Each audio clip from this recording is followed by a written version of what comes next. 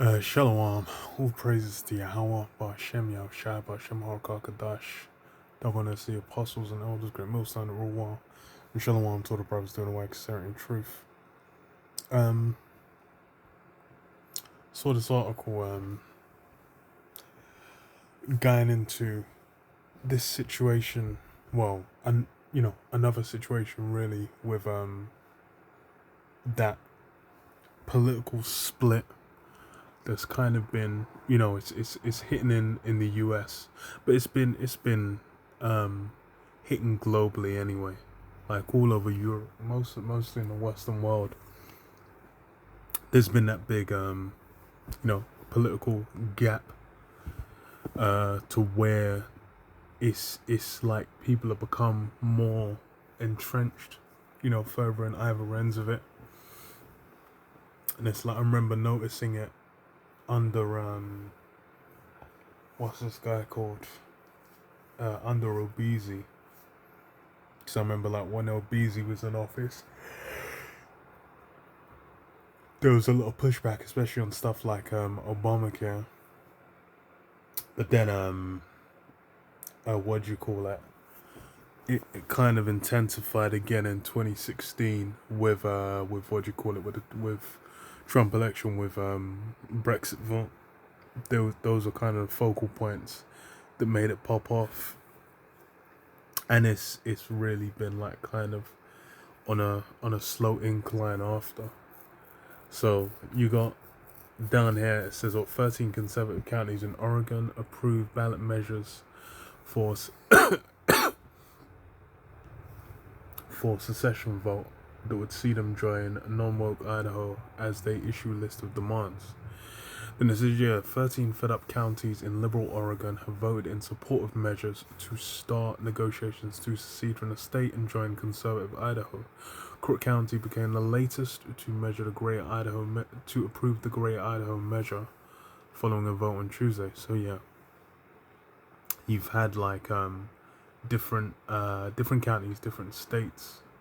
Well, counties, I guess it is for the different counties essentially wanting to separate from what do you call it, the left lead in left lead in Oregon, and go to more right lean in Idaho. And that, you've had issues, especially with more southern states, about immigration. Well, a bunch of these policies, it's like the left and right are completely opposed on how to deal with them. So it's like it's basically gonna be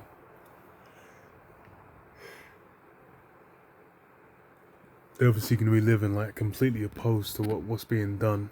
But then the thing with this as well is if they are then just gonna kind of be like, okay, start making progress on like, okay, these counties are gonna move over, they're gonna move from one state to the other. You're gonna have it happen in other places, because where I'm familiar with, I believe it's Tennessee has maybe it's Texas.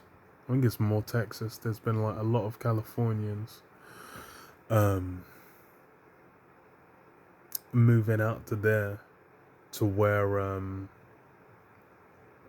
they might then be like try and say, okay, we're trying attach this to California, or vice versa. Because with it's essentially just more division and confusion kind of coming in. Because the thing with this is ultimately comes down to is there is that huge political split between the two sides, and essentially exists on every issue. It's like you had when Trump came in office, there was like that huge portion of people that were upset, they were in tears daily. And then like same for when when Biden got in the inverse, same thing. But as far as, when it comes to the agenda of the elites, as far as what those that, truly hold sway, what what all pushing it's been pushing the same place. Because the key thing is with the MOTV. That's something that was was mentioned by Biden like forever ago. Like, was it? I think it was when he was vice president. So I think it was during actually, was it when he was vice president? Maybe it was even before that. But it was a Senate hearing about it. Was it a Senate hearing or was it a Supreme Court? I think it was the Supreme Court actually. So I think you're saying you'll have to or maybe it was a Senate hearing for someone to join the Supreme Court. I can't remember exactly. But it was basically saying like you'll have to, vote on decisions about the MOTV, that implantable micro C hip that was gonna, be a thing. And that's something that we've been seeing, it's been pushed progressively over a period of time. So that's the thing is as far as, with this left wing, right wing dichotomy, is it's only insofar as certain issues. And even then, when it comes down to actually dealing with a lot of the big issues, then it's not something that, the next government comes in, it flips completely. A lot of these things just continue on as they are. The go-to for that is the go-to to kind of talk about that is always the Patriot Act, which it came in under this guy Bush, but then when what's his face came in, when Obeezy came in, then he continued it. He didn't say like, oh no, this is terrible, this is horrific, we're stopping it now. Wait, this is violating the freedoms. But no, they kept it. Then Trump came in. He didn't say like, oh no, this is not American. We're draining the swamp. And then fucking remove it. Of course, no, they maintained it because, they're following in the stead of that same, same line of leadership. They're following that same head. This is what the Oregon-Idaho line was established 163 years ago and is now outdated. The movement's website states it makes no sense in its current location because it doesn't match the location of the cultural divide in Oregon. We want an economy that is not held back by Oregon regulations and taxes, including environmental regulations. We'll still have federal and Idaho regulations, and that's plenty. Idaho knows how to respect rural counties and their livelihoods. Measure 786, as it was known, passed by 53% in Crook County in the latest boost to the Direct Idaho campaign. However, the vote is not legislatively binding and just means residents are in favor of informing state and federal representatives they support negotiations to annex part of Oregon. So yeah, it's there's no guarantee it's going anywhere, but then it's something that again just feeds into that huge divide and those disagreements. And that's the thing is that's something that it's not just gonna vanish. People are gonna be feeling a certain way. It's got the strap on the wall. Fucking hell. But that it's really a thing that it's highlighting again. Those divides are there. And those divides that's gonna be to the demise of Esau Edom, man, of so-called white man, who's his kingdom, his system, his rulership. That's gonna be the doom of America as well.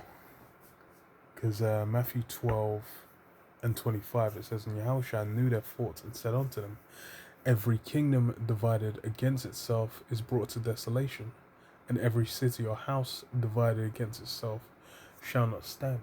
Yeah. every kingdom divided against itself is brought to desolation. How you gonna be, ruling and maintain it? Imagine that people are thinking this current kingdom, as it is now, is basically they're thinking it's not gonna end forever. They're thinking that, in 20, 30 years, they'll be going to Mars, and then like 100 years, you'll be colonizing the moons of Jupiter and Saturn, and you'll be flying off to fucking Uranus and whatnot. People are basically completely invested in the system, despite how it's crumbling at the seams. Presently, people are thinking like, oh, talking about the Chinese coming up or whatever. Are the Chinese gonna come in and take control? Meanwhile, but then what's happening right now is his kingdom is cracking at the seams, because it says, what if Satan casts out Satan, he is divided against himself, how shall then his kingdom stand? And yeah, that's what you got. That's why they're doing these decisions with these states. It's because why ultimately these nations are split, man, and they're not in accord. They're not in agreement, and it's that's just with the nations. When you go to that's just within the nation. Sorry, when you go to the actual nations dealing with one another, it's even more mad. Because Daniel 2 and 42 says, what? And as the toes of the feet were part of iron and part of clay, so the kingdom shall be partly strong and partly broken. And yeah, you got that. It really shows with, you have nations like Italy, Portugal, Spain, which is funny, with all three of those. With Italy, you had what, like Rome, that Roman Empire. Portugal, you had the Portuguese Empire. You had the time of dominating the seas. What is it? Portugal, Italy, Spain as well. There was a time these men were colonizing all sorts. They were setting themselves up. They were enriching themselves. They had huge, humongous impact on a global stage. But then what now? Those that essentially a lot of Europe waned, and then post World War II, it's been America that's had that dominance. But then what you have that partly strong, you have that partly weak. You have those, you have the stronger nations like Germany. But then what it says, and whereas thou sawest iron mixed with miry clay, they shall mingle themselves with the seed of men, but they shall not cleave one to another, even as iron is not mixed with clay. Yeah. They'll not cleave one to another. These nations aren't really looking at each other as one. Esau, and imagine it's all Esau. Obviously, you got Jake sprinkled on among them. You got other heathens sprinkled among them, but the bulk of it is Esau. The so-called white man out there. But then what? They're not. These guys aren't cleaving. They're not maneuvering as one. Imagine in the UK, you got England, you got Ireland. Sorry, well, not even Ireland. Let's just deal with England, Wales, and Scotland. England, Wales, and Scotland ain't even looking at each other like, oh, we're all as one. They're not even dealing with each other like it's just, okay, yeah, we're just one, one system, one kingdom, one people. The English will be looking at the Welsh, funky. The Scottish will be looking at the English funky.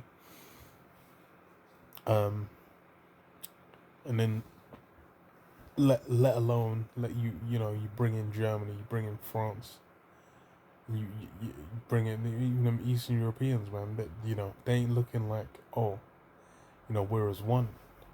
There's been those divides, and then those divides are gonna be it's gonna be utilized, man. Because now now is a time where everything's gonna intensify. And then under that pressure, that heat being applied, that force being applied,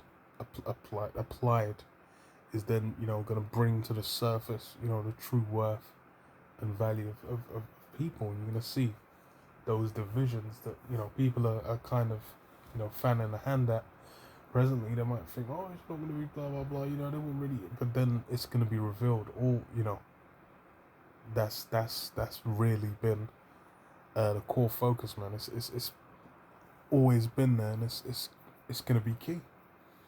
And then that's just dealing with Esau.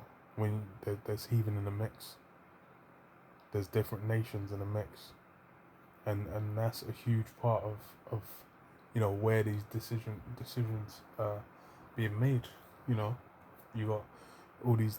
You had the migrant crisis in Europe, where you had like huge amounts of migrants coming, to Italy, to Spain, to Germany, to the UK, and then people feeling a certain way about it.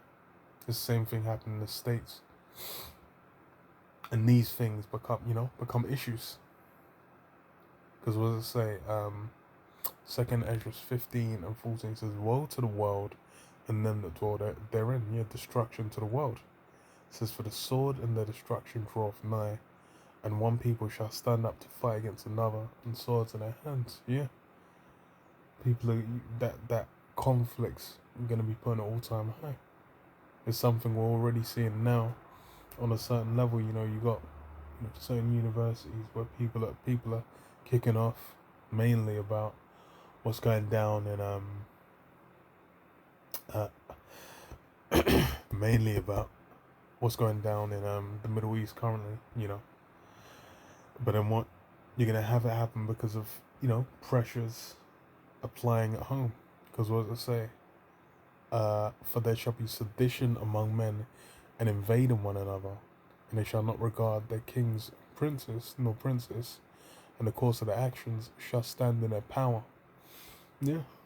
They're not going to regard the leadership, they're not going to regard the heads. They're just going to be like, yo, fuck this. I'm going to go smash it up, or I'm going to go fuck up X people, or I'm going to whatever. And good film for that, showing that is what The Purge, man. That first one's good. Because it shows what, you had the family being all cordial and nice with them and blah, blah, blah. Then as soon as the Purge happened, these men were coming through looking to fuck them up. They're like, oh yeah, the Purge, just remember to lock up. And these men were thinking like, oh, but boy, I hated these fucking yokels. So glad I can come through and decimate them. That's what these men were doing. So it's again, when the circumstances arise, and that's the thing, is a lot of people now, they will be doing a madness. They'll be on all kinds of stupidity presently.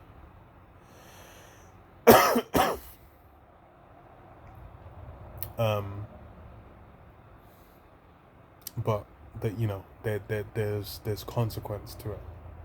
Once that consequence is removed, then people are going to be doing all kinds of foolishness, all kinds of madness. They're going to be fulfilling all kinds of lust and desires that they have, man. There's people already that just go out here, and chop people up and, become serial killers and whatnot. Because they might be, spirit might get put on there, they might be bugged out. There's all kinds of reasons behind it. But then what, it's amidst the chaos, there's going to be a freer reign than now. Because says what a man should desire to go into a city and should not be able. Your place is going to be getting locked down. Because why?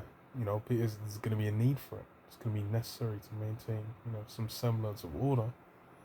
But then what does it say? For because of their pride, the city shall be troubled, the houses shall be destroyed, and the men shall be afraid. A man shall have no pity upon his neighbor, but shall destroy their houses with a sword and spoil their goods, because of the lack of bread and for great tribulation. Yeah. As I said, because of the pride, because of the pride, the cities are going to be troubled. And that pride, is still in existence, been built immensely. So over the course of like the 1900s into the 21st century afterwards, there's that pride has been into the 21st. It's that pride's been built and maintained. People already thought like, oh, this is it. This is the the end of civilization, as they say. Where it's just like, okay, yeah, it's like we've basically gained enough to where You know, humanity's gained enough to where it's like, yeah, you know, be able to maintain society like this, you know, forevermore. But then, you know, that's BS. There's been a cap, man. There's been a limit put on it in the first place, and this is you know, underneath wickedness, which is why everything's descending and decaying into madness, man, into destruction. So what does it say? It's gonna get to where what, a man shall have no pity upon his neighbor, but shall destroy their houses with the sword and spoil their goods because of the lack of bread and for great tribulation. Yeah, that violent. Everyone's gonna be turned against each other, and this society is already one where everyone's, you know, dealing with self-interest. It might extend to, like, you know, kids, parents, maybe, you know, your wife, your husband, whatever. But then what, people are dealing with that self-interest, man. And that's gonna, again, as soon as, you know, that light gets shone on people's true nature, we'll see. Most people, that's gonna be what they're gonna reveal underneath, man. Self-interest. But yeah, I'll leave it there. I'll leave it there. Shalom. Shalom. Yeah, but Shalom. Shalom. Shalom. Shalom.